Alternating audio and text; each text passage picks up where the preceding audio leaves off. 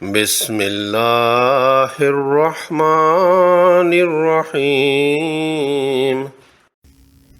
الحمد للہ وحدہ والصلاة والسلام علی من لا نبی بعدہ۔ تجوید الفرقان اردو چینل میں ایک بار پھر آپ کا خیر مقدم ہے۔ پچھلی 3 ویڈیوز میں تجوید القرآن کریم کے اہم قاعدہ نبر کے متعلق گفتگو ہوئی۔ عنوانات تھے: نبر کیا ہے، اس کو لاگو کرنا کیوں ضروری ہے، قرآنی عبارات میں یہ قاعدہ کہاں کہاں لاگو ہوتا ہے، اس کا اطلاق کرنا کیوں ضروری ہے، وغیرہ۔ ان تینوں اسباق کی ویڈیوز کے لنکس اس ویڈیو کی ڈسکرپشن میں ڈال دیے گئے ہیں۔ انشاءاللہ تعالی اس ویڈیو میں ان عبارات پر بات کریں گے جن پر قاعدہ کے مطابق نبر کرنا چاہیے مگر نہیں کیا جاتا، یعنی ان کو استثناء حاصل ہے۔ ہم نے پڑھا تھا کہ مشدد حرف پر اگر وقف کیا جائے تو تشدید والے حرف کو واضح کرنے کے لیے اس پر نبر کیا جاتا ہے، یعنی تشدید کو واضح کرنے اور جزم سے ممتاز کرنے کے لیے تشدید والے حرف پر نبر لازمی کیا جاتا ہے۔ اس قاعدہ سے ایسے مشدد حروف مستثنیٰ ہیں جو قطب جد کے 5 حروف میں سے ہوں۔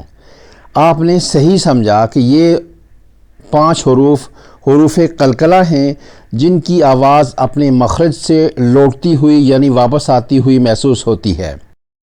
اگر ان 5 میں سے کوئی حرف مشدد ہو اور اس پر وقف کرنا ہو تو وہاں نبر کی ضرورت نہیں ہے، بلکہ قلقلہ ہی نبر کا قائم مقام ہوگا اور حرف کو واضح کر دے گا۔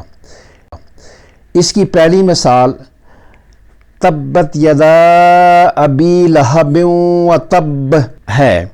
آخری با مشدد ہے، یعنی اس کے اندر با ساکن اور اس کے بعد با مفتوح یعنی زبر والی با ہے۔ جب اس پر وقف کریں گے تو یہ زبر والی با ساکن با میں بدل جائے گی۔ با ساکن ہونے کی وجہ سے قلقلہ کیا جائے گا اور پڑھیں گے تب۔ اس طرح قلقلہ نبر کا قائم ہو جائے گا اور نبر کی ضرورت نہیں رہے گی۔ اسی استثناء کی دوسری مثال حرف قلقلہ جیم کی ہے۔ جب وہ مشدد ہو اور اس پر وقف کرنا مقصود ہو تو اس پر نبر ضروری نہیں ہے، بلکہ قلقلہ ہی نبر کا قائم مقام ہوگا، یعنی قلقلہ ہی سے یہ حرف جیم مشدد واضح ہو جائے گا۔ ولا جدال فی الحج۔ اسی استثناء کی تیسری مثال حرف قلقلہ قاف کی ہے کہ وہ مشدد ہو اور موقوف الیہ بھی ہو، یعنی اس پر وقف کرنا ہو۔ یہاں بھی حرف قاف پر قلقلہ ہی کافی ہے، نبر کی ضرورت نہیں ہے۔ وقالوا الآن بالحق۔ 2 مزید حروف اور ہیں جن پر تشدید ہو اور ان پر وقف بھی کرنا ہو تو انہیں قاعدہ نبر سے استثناء حاصل ہے، یعنی ایگزمپشن حاصل ہے۔ وہ حروف نون مشدد اور میم مشدد ہیں۔ قاعدہ غنہ کے تحت ہم نے جانا تھا کہ نون اور میم پر جب تشدید آئے تو ان دونوں حروف پر غنہ کیا جاتا ہے۔ نون کا غنہ کرنے کے لیے نون کی آواز ناک کے بانسے سے 2 حرکات کی مقدار میں گنگناہٹ کی صورت میں ادا کی جاتی ہے۔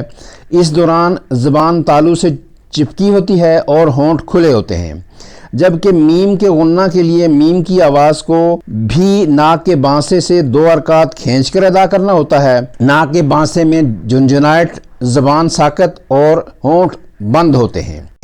دونوں مقامات پر وقف غنہ ہی سے ان حروف کو واضح کیا جاتا ہے، اس لیے یہ دونوں حروف قاعدہ نبر سے مستثنیٰ ہیں۔ ولکن انکم فی الیم اما۔ مد لازم کے سبق کو اگر ذہن میں تازہ کریں، حروف مدہ کے فوراً بعد جزم یا سکون ہو تو یہ مد لازم ہوتی ہے، اور اس مد کے بعد تشدید والا حرف لفظ میں شامل ہو تو یہ مد لازم کلمی مثقل کہلاتی ہے۔ دوسرا نقطہ، ایک مشدد حرف میں 2 ایک جیسے حروف شامل ہوتے ہیں، جن میں سے پہلا حرف مجزوم یعنی ساکن اور دوسرا متحرک ہوتا ہے، جیسے با پیش تشدید، اس سے یہ برابر ہوتا ہے با ساکن، با مجزوم اور اس کے بعد با مضموم یعنی پیش والا۔ ہم نے پڑھا ہے اگر مشدد حروف قلقلہ پر وقف کرنا ہو تو آخری حرف پر قلقلہ کریں گے، نبر کی ضرورت نہیں ہے۔ لیکن ایک صورت ایسی ہے کہ جہاں مشدد حرف قلقلہ پر بھی نبر کرنا ضروری ہے۔ قاعدہ یہ ہے کہ مد لازم کلمی مسکل کے بعد اگر حرف قلقلہ مشدد کتب جد ہو تو اس حرف قلقلہ پر نبر بھی کریں گے اور قلقلہ بھی۔ کلمہ الحاقہ میں ہا کی زبر کے بعد الف سے حرف مدہ الف مدہ ہے اور اس کے بعد سکون اصلی کاف کی تشدید کی وجہ سے ہے، اس طرح یہ مد لازم کلمی مسکل ہے۔ قاف کے ہجے کریں تو قاف مجزوم کے بعد کاف مفتوح یعنی زبر والا ہے، اس مفتوح کاف پر وقف کرنے کے لیے اسے ساکن کریں گے۔ غور کریں آخری ساکن کاف پر قلقلہ ہوگا، اس سے پہلے والا ساکن کاف کی آواز دب جائے گی۔ اس طرح اس حرف کو واضح کرنے کے لیے اس پر نبر کریں گے اور پڑھیں گے الحاقہ، پہلے ساکن کاف کو واضح کرنے کے لیے۔ دوسری مثال منحاد میں ہے۔ دال مشدد میں دو حروف ایک جیسے ہیں، پہلا دال ساکن اور دوسرا دال مفتوح زبر کے ساتھ۔